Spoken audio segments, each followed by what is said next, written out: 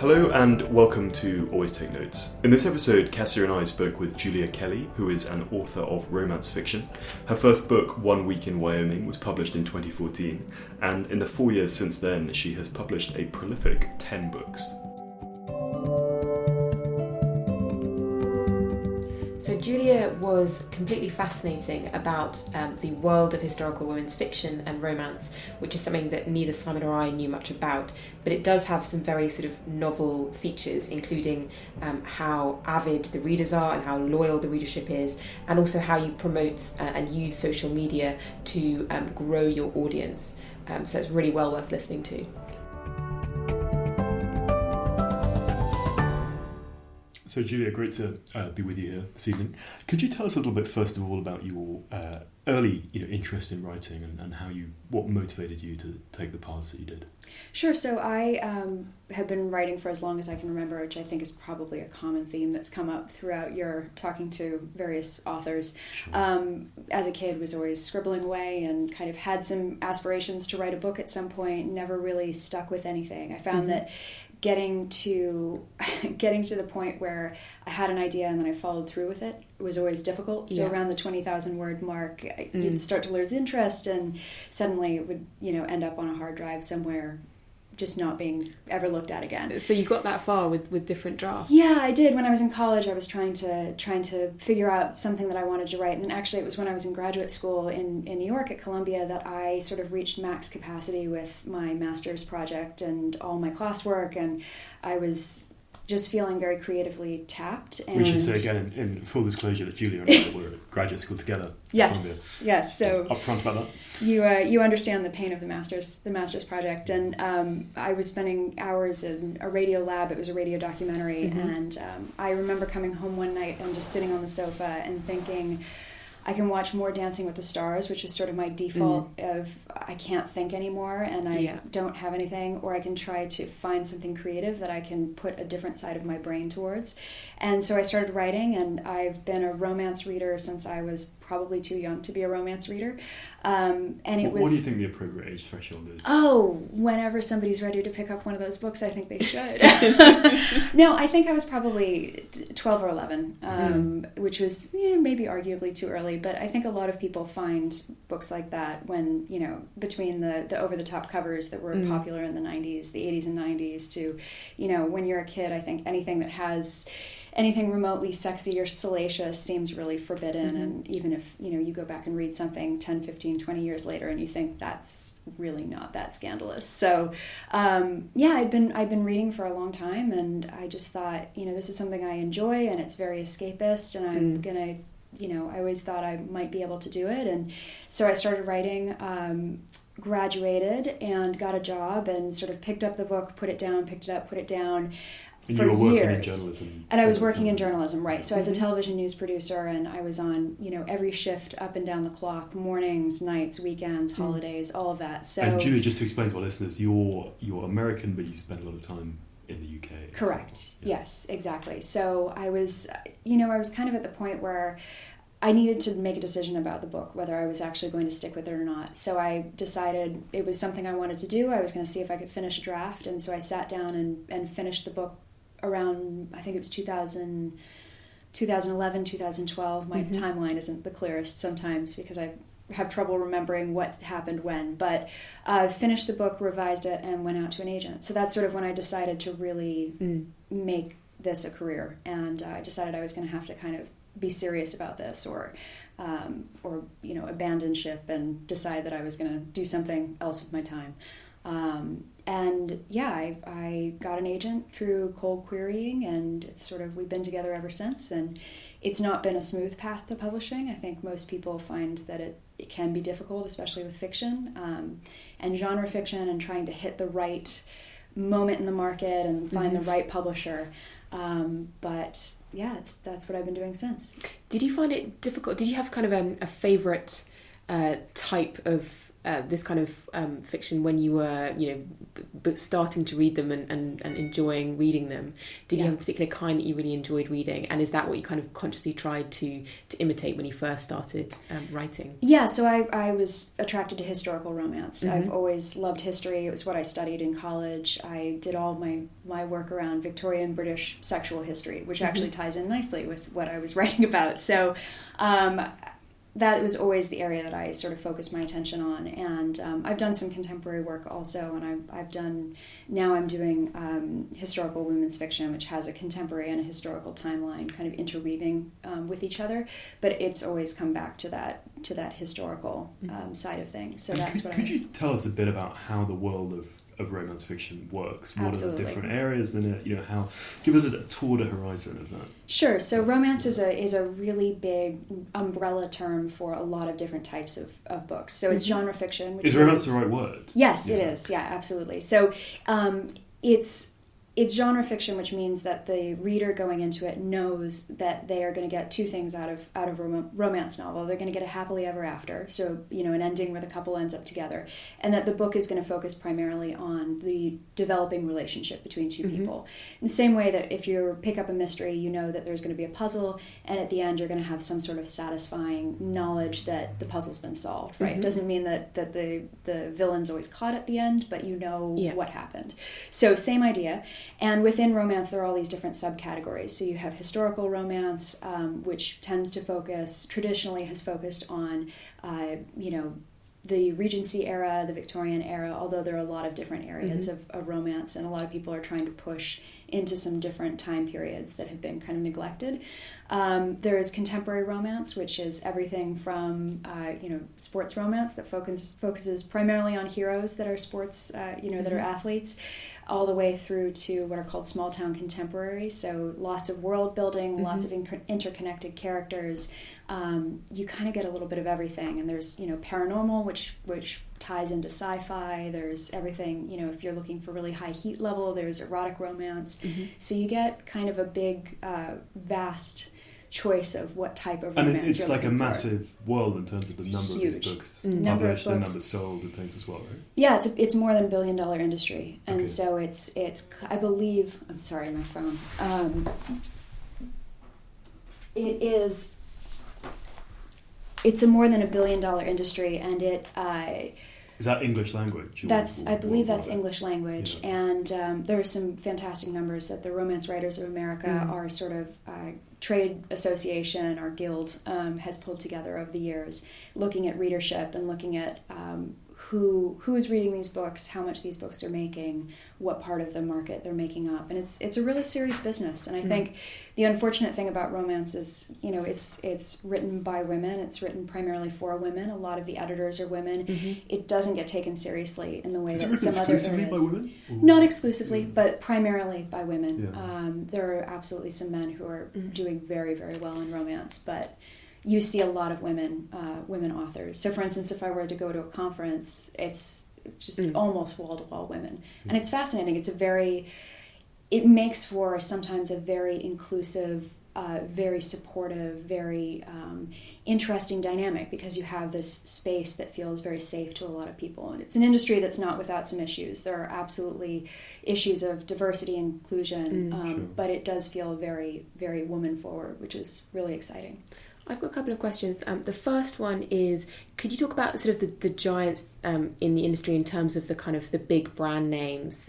And then could you also talk a little bit about also the big names in terms of the writers? Sure, absolutely. So the kind of the biggest, probably most recognizable, is Harlequin, which in this country with Mills and Boon was purchased by Harlequin. So I think when I tell people I'm a romance author here, they always ask, are you writing Mills and Boon? And no, I'm not, but that's the same.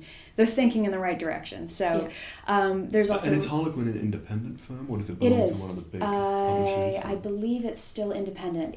I have to admit that sometimes publishers and imprints buy each other up, and I feel behind. Sure. But it's hard to keep up at the moment. Very hard to keep up, and especially with digital lines being subsumed and all of that. There's Avon, which is an American company, and they are famous for having put out some of the really big hitters, especially in the early years of what we would think of as modern romance. So, the 80s and 90s, they had some of the big... Is that the kind of birth date of the genre? What changes between then and what's being published? Yeah, so the 70s are, I think, what we more traditionally believe to be the birth of the genre as we would think of it now. But there's a transition that happens in a lot of the books that are sort of quote-unquote old-school romance. You do get more of what people think of when they think of bodice rippers, right? So a lot of more questionable sexual scenarios where somebody's being forced to do something that they might not choose, but it's okay because there's an orgasm at the end, and so everything is fine after that. You start to see in the 80s and 90s a lot more reflection on women making major choices within relationships, women holding down jobs and balancing out that with the relationship in the book. So it kind of opens up the world of the heroines, and I think that's when you really get into what we would consider more modern romances. Consent becomes a really, really important thing, especially once you're in this, I'd say in the aughts and in this era.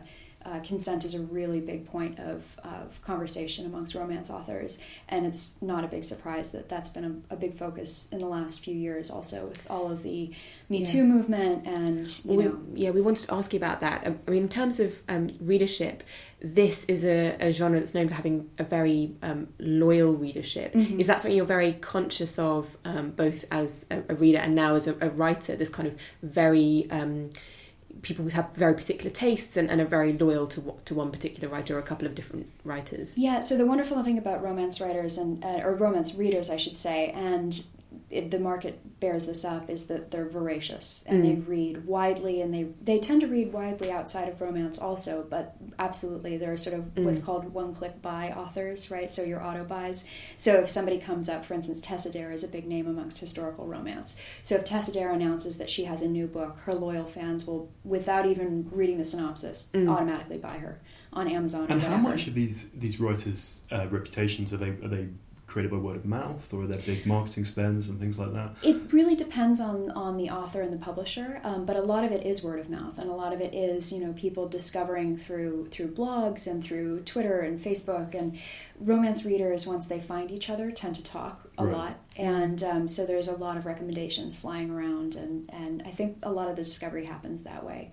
And the whole sort of technology piece, are your books primarily ebooks, or are they print books, or how does that, both for your experience and what's gone on more generally? So I publish with Simon & Schuster. I'm with Pocket Star, which is a digital imprint of Simon & Schuster, specifically looking at genre fiction. And that is, so I've had... And was that with you with them from the start? Yes, exactly. Right. I did some independent publishing just to try to learn the business, gain an audience, set up all the things that I needed to, learn in terms of editing and how that works. But really, Simon & Schuster, I think, is where I would consider the most people would have known me from, and where I really started building my audience. Sure. So I did 7 ebooks with them. So those are ebooks, no paperback. And then I have my first... paperback and ebook simultaneous release coming out in the fall, and that's actually historical fiction, what's called historical women's fiction. So under the same imprint? Under a different imprint, okay, so it's under Gallery Books. Right. Yeah. Is that part of Simon & Schuster as well? It is, and it's actually my same editor from the line, and she's wonderful. And did she suggest trying out for a different imprint and different style, or was that a choice that you consciously made? So actually, I was in New York last September for a wedding, and went and had lunch with her, with my agent, and we sort of got through lunch, and it's, these are lovely. They're more relationship building than they are actual business getting done. But she did say, before dessert was served, she said, okay, we have to talk about something. And I thought, oh God, I'm getting dropped. Like, this is terrible. And she said, no, we've decided that we're going to pull up some of our romance authors. We'd really like them to write women's fiction and really try to do a trade paperback and do a whole, use your experience and use your area of writing and have you write something a little different and write for Gallery, which is one of their big trade paperback lines. So I was thrilled. It's nice having, especially working at the clip that I've worked at the last 2 years. Yeah. It's nice having a change, and it's nice getting to write something a little different and have a little bit of a different process. And so you've written 7 novels since 2008 novels since 2011. No, I've written 11 novels since 2011, but some of those were novellas. So it sort of depends on how you're counting the numbers. And so how are these things framed in terms of length and stuff like that? Yeah. Is there... Sure. So the novellas are short. They're let me think. They're around 25 to 30,000 words. The books that are published by Simon and Schuster range from 45,000, so still on the shorter side, to 85,000 words. And most recently, it's been the full length titles, what we would call full length titles. Did the e-reader and the Kindle and so forth, did that completely change this world of fiction? How so? In what way? Yeah. Well, romance is really, I think, what most people would argue, the reason that Kindle and e-readers became this massive, part of the business, because again, romance readers read and they read fast. And so they were whipping through books, and suddenly, you have the boom of indie publishing when you have the accessibility of not only the e-readers and the ability to download books, but then Amazon made it possible to publish. And made it possible to go a different route than the traditional publishing route. So you see the rise of, publishing through iBooks and through Kindle's KDP program, through Kobo's Writing Life program, and there are other draft to digital. Some people publish through Google Play. So you're able to get your books into the hands of people who then have a need for them because they're reading them so quickly. So I have friends who make a very comfortable living through independent publishing, and it's really because of the fact that they're romance authors, and they know the market, and they know how to market to their readers, and the readers are loyal, and they develop those relationships. It's been an incredible few years watching that happen. In this kind of in the kind of classic romance scheme, are there particular narrative rhythms that you have to hit in order to satisfy the genre? It really depends on what you're writing. So I think it's probably important to say that romance can be anything from so sweet that all the couple does is hold hands and maybe kiss on the last page, to full on, nothing is there's no euphemisms used. Everything's very explicit. And so I think there's a heat level that you're dealing with. Right? Is the happy ending non-negotiable? The happy ending is not negotiable, and some people have tried to challenge that. There's something called a happy for now, where maybe it's a question of whether they'll stay together in the past, or in the future rather. But I think that for a lot of people, that's why they're reading it. That's why they're reading it. They want the emotional satisfaction of having reached the end of the book, and you have that kind of that hit of, I'm so happy to see these two people get together. I'm emotionally invested in it, and so I got the book that I wanted. Just like with a romantic comedy, if you watch romantic comedy, that the couple's going to get together at the end, and you have that kind of that happy sigh moment at the very end of the movie. Well, the reason I asked is because my first experience with romance novels was discovering a cache of 1970s Mills and Boon in the house where I grew up, and instead of revising for my GCSEs, I got through all of these, and they, in terms of plot, they were identical. Yeah. And so I wondered whether the different kind of, you now talk about different subgenres, whether they have their own narrative demands where, the reader not only knows they're getting, a happy ending, but they also know that there's going to be kind of a crisis moment, and that's going to come around 2/3 of the way through. Yep. And whether that sort of still holds true, and, how that kind of works on you as a writer, knowing that you've got this very particular arc. So I think there are two things working there. One is structure, and one are tropes, right? So the structure of a romance novel is pretty straightforward, and there are people who twist it and play with it really expertly, and it's wonderful to see it happen. But you kind of, in a lot of books, you're going to hit certain points, right? So you have a meet cute. You have to get your characters together, right? And what's the technical term for that? A meet cute? Yeah, it's an old Hollywood term for, I believe it was the screwball comedies in the 1930s. They talked about getting rom-coms. You get the characters together. Because I heard that, I was listening to a podcast about rom-coms, but what is the exact phrase? Meet cute. Meet cute. Meet cute. Yeah. Like, it's Okay. cute when these two people... Oh, right, okay. Yeah. That needed much more explanation. M-double-E-T. Yes, Right, exactly. not M-E-A-T. Okay. No, that would be very different. Okay. So... More zombie. Yeah, which Yeah. actually there is zombie romance, so there you go. Oh, that's nice. Yeah, I haven't read much of it, so I can't tell you any recommendations. But so you have your meet cute, you have your characters get together. There's always some sort of tension about why they can't be together, and romance is very internally motivated. So in some of them, you don't have a huge amount of plot development because really, the people who are driving the story are the two main characters, right? So, and is it generally still true that the character that you'll mostly be dealing with is the woman?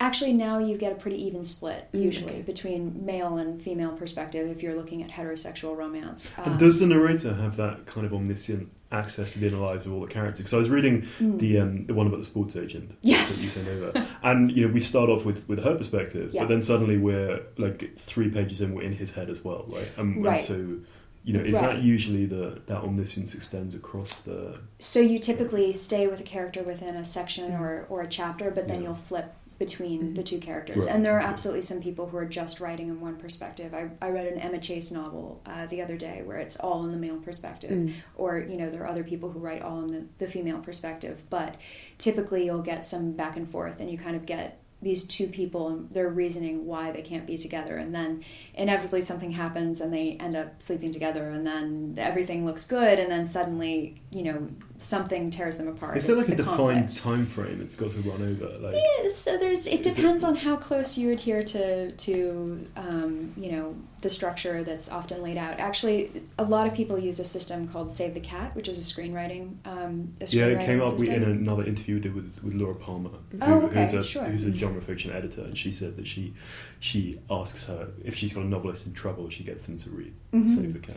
Can you explain it? Sure. Yeah, Save the Cat basically gives you story structure, and I think it's 12 what are called beats. So certain things that that you're going to hit throughout that manuscript. So you can actually watch a movie most of the time and say, okay, I think we're at how many minutes through this movie? I think we're going to get the dark moment, which is when everything seems so terrible and the characters get torn apart, and you think there's no hope left. And then inevitably there's an uplift again, and the characters end up where they're supposed to be. So in this case, with romance, they end up together. So there's sort of the being apart, the coming together, the splitting apart, and then the final resolution is them being together, and presumably for the rest of their lives. But obviously we leave them at some point. So. And I used to date a woman who wrote her undergraduate thesis on bodice rippers. So I don't know if that's a separate genre, but I may be mischaracterizing here. But she explained to me that she felt the way they were built was on a like a multi-way power transaction, in that there was the heroine who gets kidnapped by pirates or whatever, sure. but there is an initial position of seemingly limited power, and the power is with the male protagonists.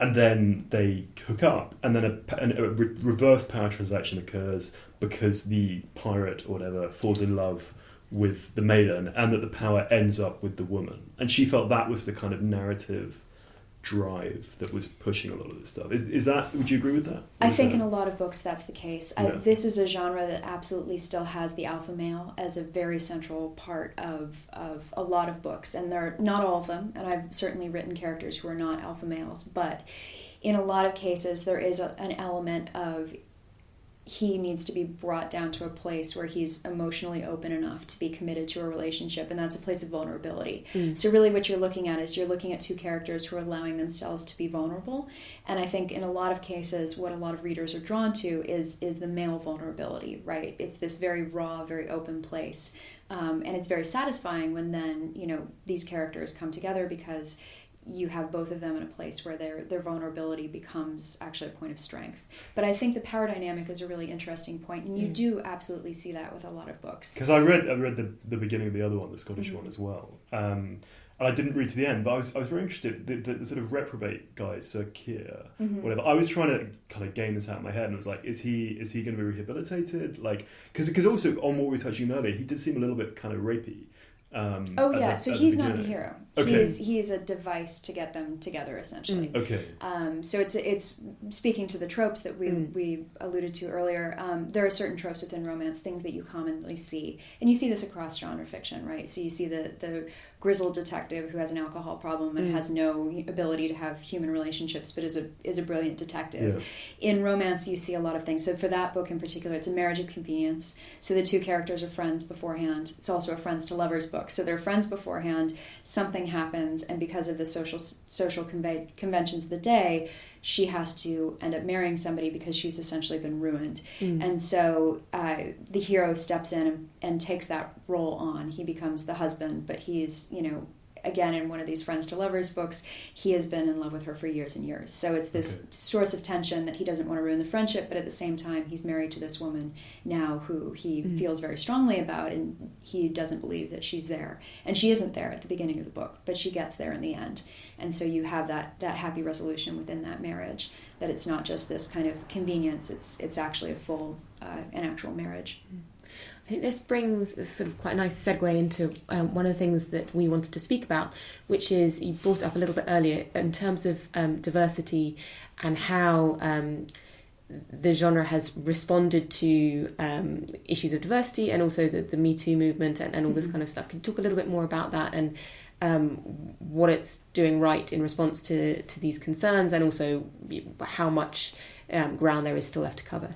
I think there's a lot of ground left to cover, and I think that there are some women who are doing wonderful, wonderful work. Alicia Rye and Alyssa Cole in particular are really strong advocates for diversity in romance, and they're both women of color who are writing brilliant books, just absolutely fantastic, and they're getting attention, and they're putting attention onto these issues, as well as other things that they're talking about, and everything from, Alyssa's a friend, so she talks about everything from intersectionality and feminism to she just found a kitten in her garden, so she's been tweeting a lot of photos of the kitten. So it's sort of I think that there's a lot that publishing still has to do, and a lot of that comes down to taking on books by authors of color about characters of color. It's having people in the editing process and the acquiring process who are people of color, who understand, that diversity is important and representation is important. It's all the way down to, the art department and the publisher, the booksellers. The industry as a whole has been very white for a very long time. And a lot of the conventional thinking is that you can't sell books with people of color in them or on the covers, and that's just not true, and that's been proven over and over again not to be true, but the industry takes a long time to get there. It seems interesting, I haven't read as much of stuff as I should to comment broadly on it, but it seems that a lot of these books are pushing pretty traditional gender roles and gender interactions, as you said, very alpha male, stuff like that. What does it, the enormous popularity of these books at the same time that there is this whole discussion about relationships between men and women and so forth, what do you think that says? So it's been suggested elsewhere, I think, that the fact that 50 Shades of Grey sold 9 bazillion copies at a time when there was also this whole huge conversation about how relationships between men and women and so forth, suggested there was something of a disconnect, right, between maybe what we say and what we feel. I think 50 Shades of Grey is a really problematic book. I will never knock it fully because it got people into the genre, and I'm very thankful for that, because people are supporting me and my writing now because they entered by reading 50 Shades of Grey. And I think you should read what you want to read. I have no problems with that at all. I think 50 Shades is problematic in that there are issues of consent, there are issues of a really stalkery style relationship. It's to me feels like a very abusive relationship.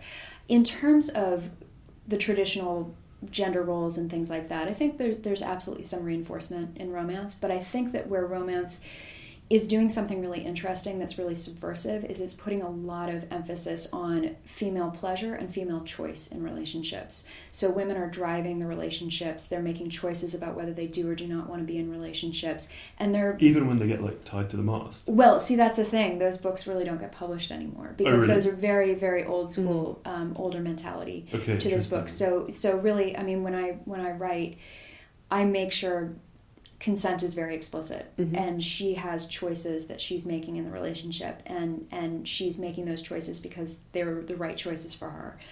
I suppose is there a risk that the soul could kind of be ripped out of this genre, which brings huge pleasure to huge numbers of people, by trying to make it sort of too po-faced and stuff like that, right?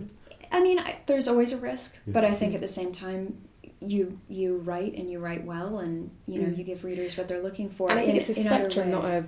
You know, I think it's not a sort of TikTok thing, and presumably you're getting feedback from your readers that this. I mean, do you get feedback from your readers that they have sort of certain desires in terms of the power dynamics between the characters or the traditionalism? Yeah, I think I've had feedback from my readers in terms of people saying, you know, I loved the fact that she was the one who was making, you know, who had to come to this realization in the Friends to Lovers books, for instance. Often it's the woman who's pining after the man, and I presume there's not like a lovers to friends genre. I don't think that's as common a trope, but you'd see it in something like erotic romance, right? So it starts off very much with a sexual relationship, and then it moves into something that's also a romantic relationship in addition to the sexual relationship. So I could see that happening. But yeah, you have ways of twisting and flipping the traditional roles that somebody would play. You know, you see women who are, you know, the heroines in these books who have no interest in a relationship and are very focused on other areas of their lives, and sort of challenging that and seeing if there's a way that you can reconcile both being the stereotypical one is, right, the career woman who has no time for any of this, seeing if you can satisfy both the career side and this romantic relationship as well, and do that in such a way that she doesn't have to give up all of the aspects of her life that she's felt were important. What is the usual age of the protagonists? Is that kind of defined by the traditions of the genre? So it depends a little bit. When you get into sort of the historical romances and regencies, you're looking at sort of 18 to 26 is typically around that age, because that would have been the marriageable age. Although sometimes younger. Sometimes younger. Although I think a lot of people try to stay away from that, because the age of consent is in the U.S. is typically around 18. Although I know in some states that's not always the case. You do see a lot of spinsters in romance, so you'll get some older women, you'll get some widows, things like that. With contemporary, it tends to be a little bit older, sort of mid-20s to mid to late 30s, but there are absolutely what are called mature romances, so people who are either in a second romance, second relationship point in their life, or they sort of never met somebody, and so it's their story in their 40s, 50s, 60s. I've seen sort of all the way up the age spectrum. Again, this is coming from a slight place of ignorance on my part, but it seems to me, because of the pace of the reading and therefore the pace of the writing and the loyalty and sort of immediate feedback of the readers, that it must have to be very responsive to kind of social change in a way that possibly other genres aren't. Do you find that's the case, or is that my assumption? You know, it's one of those funny things where I think I wouldn't have noticed it so much until the Me Too movement came up, and there are certain things now where I read workplace romances now, for instance, where it's two colleagues, and I think I just can't read this anymore, because to me it takes on a very different connotation. So I think you have to be very careful about the lines that you're walking, especially in a situation where somebody maybe has a different power dynamic. There are some situations where it's a boss, and it just, to me, it feels How does that fit with the historical piece? Because clearly, if you're with that the novel we were talking about earlier, where this idea of being ruined and so forth, that's an idea that's rooted in the social notions of the time. I mean, not just with your own work, but with others. Is it generally the idea that you are rooted in the historical period in terms of people's relationships, or are there some writers it's just a backdrop? Some writers it's just a backdrop. Some people, so I probably fall somewhere in the middle. Yeah. I'd like my heroines to have a little bit more agency usually than a lot of people did, and so I tend to write about women who have jobs, so they have some economic ability to stand up on their own. Not everybody has a job in my books, unfortunately, in some cases. But I've written a lot about governesses, and I've written. Who else? I've written. What am I writing recently? I've written about a dressmaker. I've written about. What's your research process? I mean, how do you go about kind of? A lot of it is learned. Yeah, a lot of it is just things that I've read in college. I read really widely. For the World War II historical women's fiction that I've just written, it was sitting down and plowing through a lot of books. I'm lucky, especially in this country, a lot of things have been written about the ACAC girls, so the anti-aircraft gunners. So that was a really beneficial thing, because I got to sort of look at everything from what they would have worn to how they would have, been in the dormitories, to what the actual process of operating the instruments that would have aimed, and ultimately allowed a man to fire the gun, because by act of parliament they couldn't actually pull the trigger. But that proved to be really useful. From sort of talking more about the kind of genre and the industry as a whole, we'd like to focus more on kind of like the business side of things. So you talked about your very first books being self-published, and we wanted to ask a little bit about that and the kind of contrast with then moving to a publisher and how that works. Sure.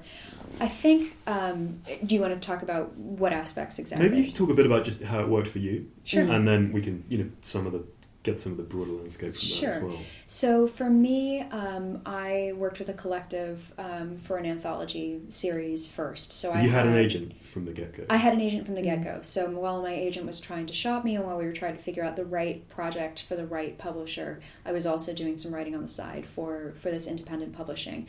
So I was lucky. I had people who'd done the whole independent publishing process before. So, it's everything from getting a cover designer, figuring out who's going to edit and proofread your books, because those are very different things. There's content editing, copy editing, proofreading, all very different disciplines.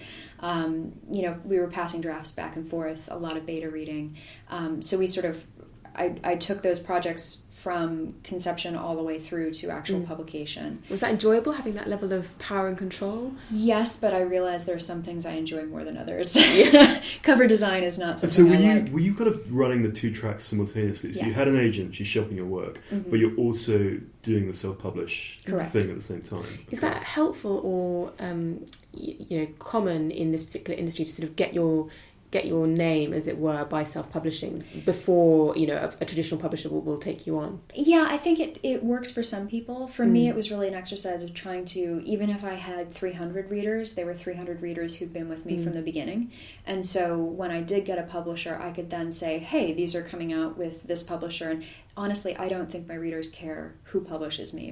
If I'm self-published, if I'm being published by Simon and Schuster, if I'm being published by somebody else, they just want books, and they want good books that are good quality, that are well edited.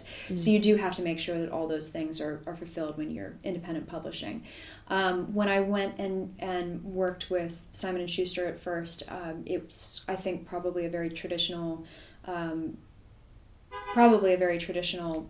approach to fiction publishing. So I had a draft, I turned it in, my editor did developmental edits, I worked on those, I passed those back to her, we did a line edit, then we did a copy edit, then we did proofreading, pass on galleys, and sort of through all of this we were talking about marketing and ad sales and stuff like that, which was very small and very modest for my first books.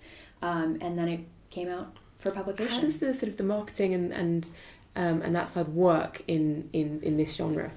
So I have a marketing team, and I have a publicity team as well. I have a publicist who's actually, I think she's staying with me for the most recent publications as well. And you retained her, or your publisher retained her? My publisher, so she works for my publisher. I could, if I wanted to, hire an independent Publicist, and some people do.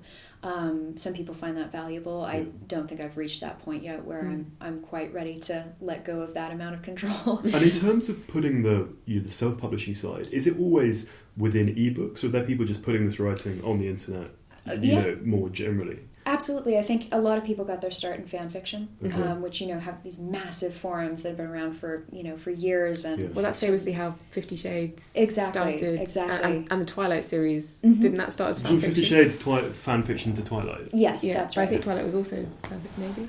Twilight, I'm not sure about that one. No, but it's my imagination.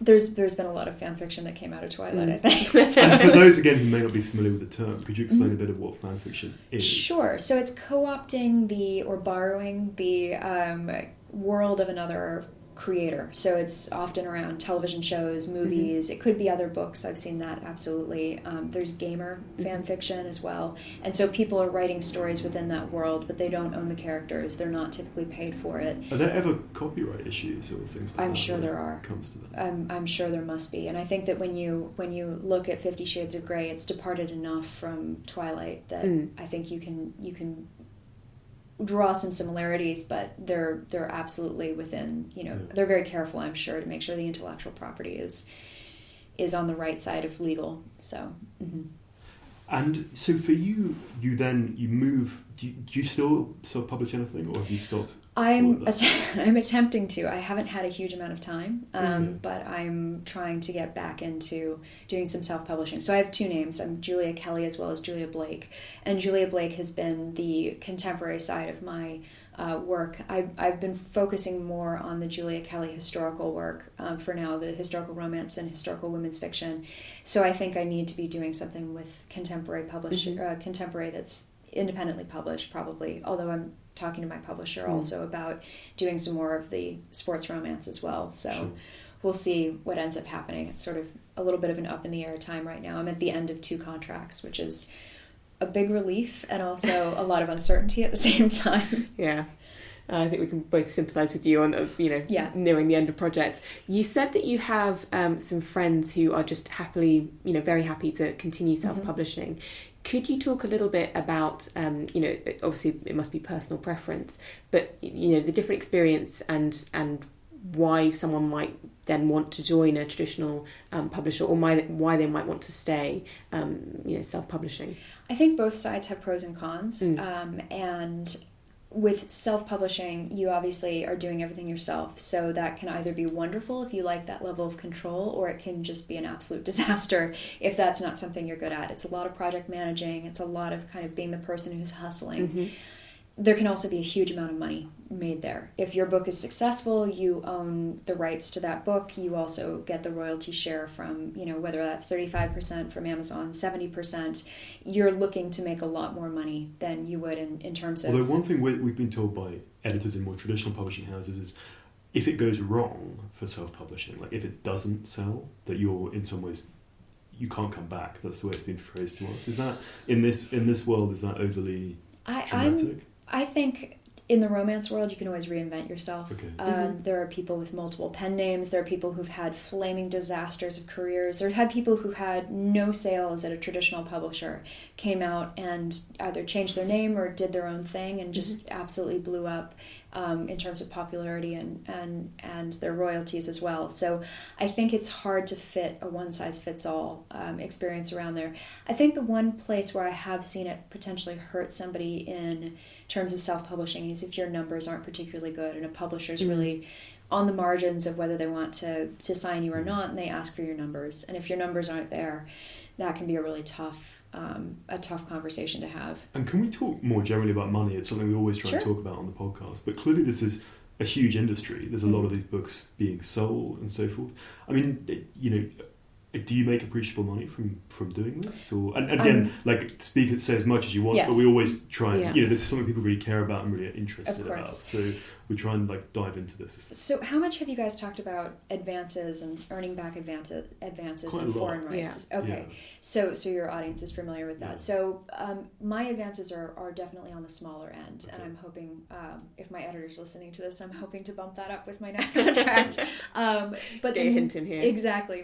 The nice thing about that is that I'm now waiting for a royalty check from Simon & Schuster. I should be getting it right about now, actually, and because it's the month of March, which is one of my payout months. It means that I can hit I can earn out my amounts a lot faster. Foreign rights become very important for that, and Are they translated? They are translated, yeah. So I'm in Bulgarian, Japanese, and Italian right now, which is an interesting mix of languages. And foreign rights are this magical thing that I get an email that says, hey, we want to publish you in Japanese. Are you okay with that? Here's the advance money, and this is what the timeline would look like. And I email my agent and I say, I'd like to be published in Japanese, so that sounds great to me. And then it, works towards my advance on the US side. You said that you had a period doing this full time, but now you have a day job working on tech film. I mean, could you live off your writing at this stage in your career? Not at this point. So not without massive support from my family. And I felt like I took 7 months to explore whether I wanted to actually write full time, because that's, I think, a dream that a lot of people have. And then I've had friends who've done that and thought, this is not what I want to do. I'm isolated. I'm at home. I've had people have massive writer's block after because they have these open days that no longer have, you don't have to do your writing within 2 hours or, before the kids wake up or any of those things. And so I think I wanted to make sure this was something I actually wanted to eventually do and could do successfully, and was able to do that and make that work. So, eventually the plan is to, and I'm very upfront with my boss about this actually, the plan is to eventually support myself writing full time. But I also know I'm at the beginning of what I hope will be a very long career. So I'm 32 years old. I've been published by Simon & Schuster for 2 years. I'm hoping to have a career that extends well into, my 60s, 70s, in my family, probably 80s and 90s. I mean, you mentioned again there are people, particularly in the self-publishing universe, making a lot of money out of this. Is that a tiny fraction, or are there a lot of writers? And how does cumulative books play into this? How many? Is there sort of a general rule that you need to have sort of several? Or several dozen. Backlist is very powerful. So once you start hitting this, the old rule I think used to be like 7 or 8 books. I don't know if that has moved any time. It seems like 7 or 8 books to get what? To have a backlist that's earning for you. Yeah. I think that with everything, publishing has a lot of myth making about it, and so some of that is true for one author. It's not true for other authors. I know people who it took 12 books before they were, really feeling like they were successful and, comfortably in the mid-list. And then the question is, can you then break out from the mid-list into the bestseller list, right? And so I think that there are a small number of people who are making this serious money. The big, I think that's the same in almost any bit of writing. Exactly, right? Absolutely. So Nora Roberts is kind of the grande dame of romance, and she's well into the millions for her books and her royalties. She also has written something like 80 or 90 books at last count, although I'm sure it's more now. And so she's on a different playing field than everybody else. But I think that for a lot of people, they can make a very comfortable income, whether it's contributing to 2 families, or I have friends who are single and making a very comfortable income and are able to pay the mortgage and buy the second home and things like that. So which is extremely rare for writers of other sorts of fiction, right? Because the turnover of books is so fast, and they're generally a bit shorter, and there are so many of them being written. Do you find the books have a shorter shelf life? How do you ensure that readers are finding your books and are finding that backlist? That's the magic formula that I think nobody's figured out yet. So it's a little bit of everything. So it's a little bit of that backlist being available and just inviting somebody in and inviting them to get lost in this. We write in series typically, so get lost in the series, right? So typically you get the hero and heroine from book 1 have a friend or two. Yeah, somebody connected. How can you, if the happy ending is non-negotiable, yes, and presumably that marriage can never fall to pieces or anything like that, how do you manage a series with that? You typically write about secondary characters, so spin-offs. Yeah, right. Spin-offs, exactly. So the people who were in book 1 have a friend, and that friend gets their own book. And so you also have some instances where somebody will take a relationship and they'll create moments of happily ever after, but the overall arc will be over 3 books instead of 1 book. Right, okay. So it's sort of like episodic in the way that a television show would be. So that's becoming more and more common, but there's absolutely still a lot of people who are looking for that single title. You get the full story within 1 book. Type of approach. And we've asked all the fiction writers who have on the show, do you plan your novels? Or do you plunge in? I used to plunge in, and then I would find about 45,000 words in, I figured out my book, and then I would have to go back and edit that, and that's a really, really inefficient way to write books. And basically, when I ended up starting to pitch, and I'm no longer writing so much on spec. I'm basically writing on proposal that's then bought and sold. Or is that more common in... It's much more common in romance. And the proposal is 3 chapters and synopsis, or 3 pages. So I typically 3 pages? will. So I'll typically write the entire synopsis for the book. So I'll have the book all planned out. But not in great detail. It's more like, this is what's going to happen. These are the emotional turning points. And my agent will go to my editor and say, she wants to write this, and here are 3 synopses, and can we do a 3-book deal? And they'll say yes, no. We'll negotiate various ways. So I've sold 2 3-book deals and 2 one-offs. So how much work do you have lined up? How many more books are you commissioned to do at this stage? So right now I'm finishing the last book in the Scottish historical series, and then I have this historical women's fiction trade paperback that's coming out. So both of those are in the final stages of. They entered production, so for me it's the final stages of editing. It's not at all the final stages of the book, and then I'm kind of in the nice zone where I'm reading a lot and watching a lot of TV and kind of letting things steep a little bit and figuring out what I want my next book to be. I have an idea of what I think I'm going to pitch next, but we'll see what ends up happening. Could you do a little plug opportunity here and just let our listeners know what the books will be called and when they'll be coming out? Sure. So the book that's coming out in June is called The Allure of Attraction, and that's the 3rd book and maybe final book, maybe not, depending on how my mood strikes me. Book in a Scottish historical romance series. And we'll put these in the show notes as well. We'll put these in the notes. Oh, lovely.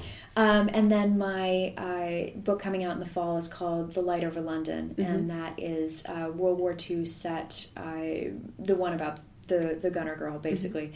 And that's your first historical fiction? That's my first historical fiction, and my first paperback. So. And what are your sales like? What kind of volume of stuff are you moving? It varies. So sales are always stronger when there's series to link through. Okay. So I'll see a spike every time there's a book that comes out. I did a BookBub, last August, and saw a few thousand sales off of that, which then trickled down to other books in the series as well. Sure. So.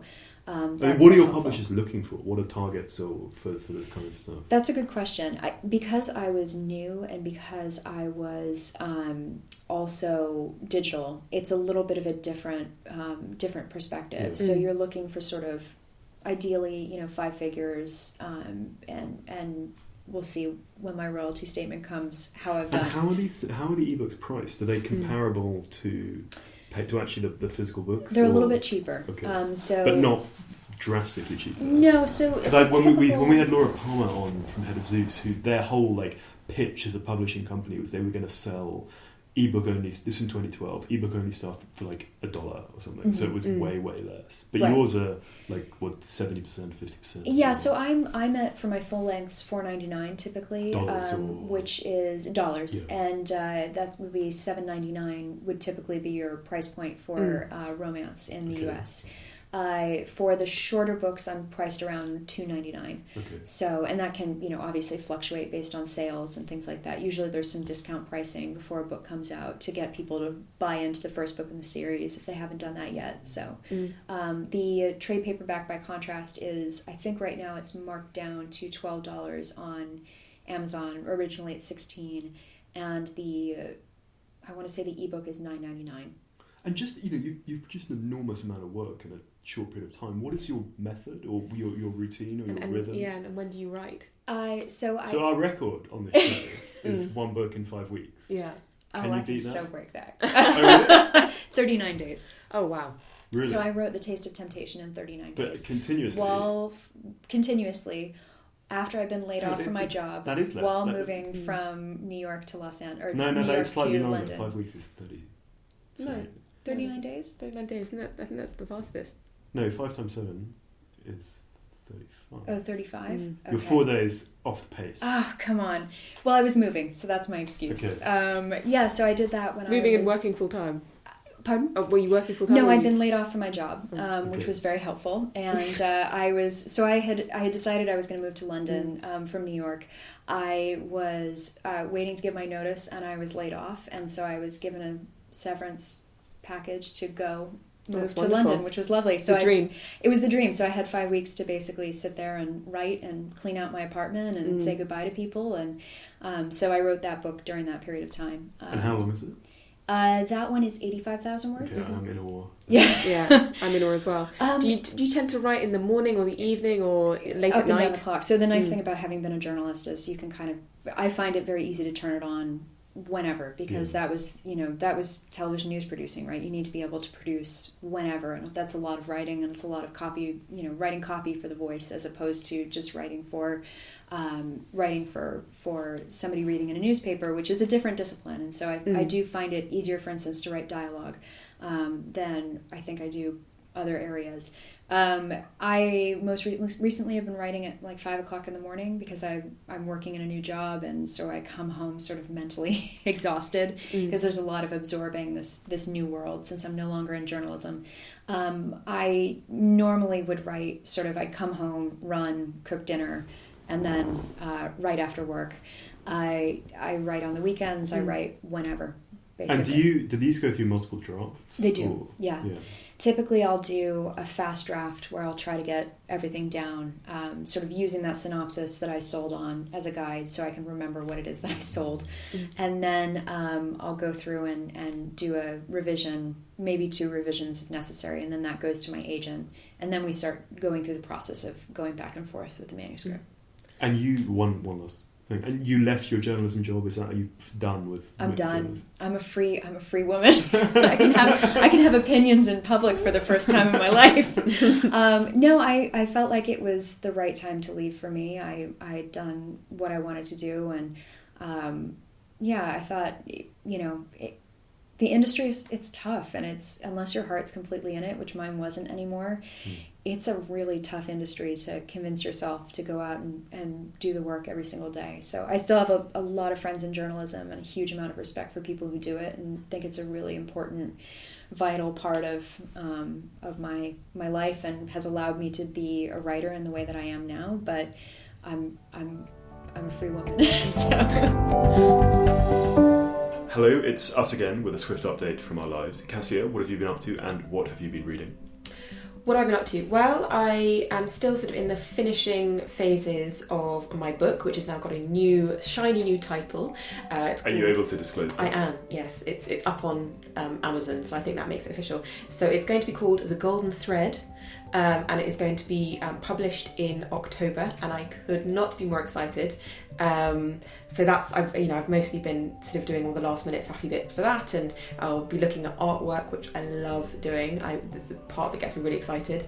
And then I haven't been reading that much apart from my own book, various drafts thereof, but I have been mainlining podcasts. So there's a new one from the New York Times all about ISIS, which is just riveting. I really recommend it.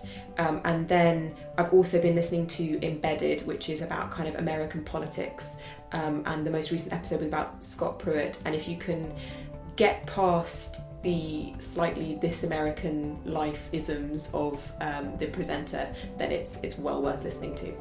Very good. I have also been doing book work. I've been working on the afterword, which has been interesting because I haven't quite finished the main book itself, but that's been good. In terms of reading, I've been reading a volume called Spectacle, Reality, Resistance, Confronting a Culture of Militarism, which is interesting and informative. And it doesn't look it.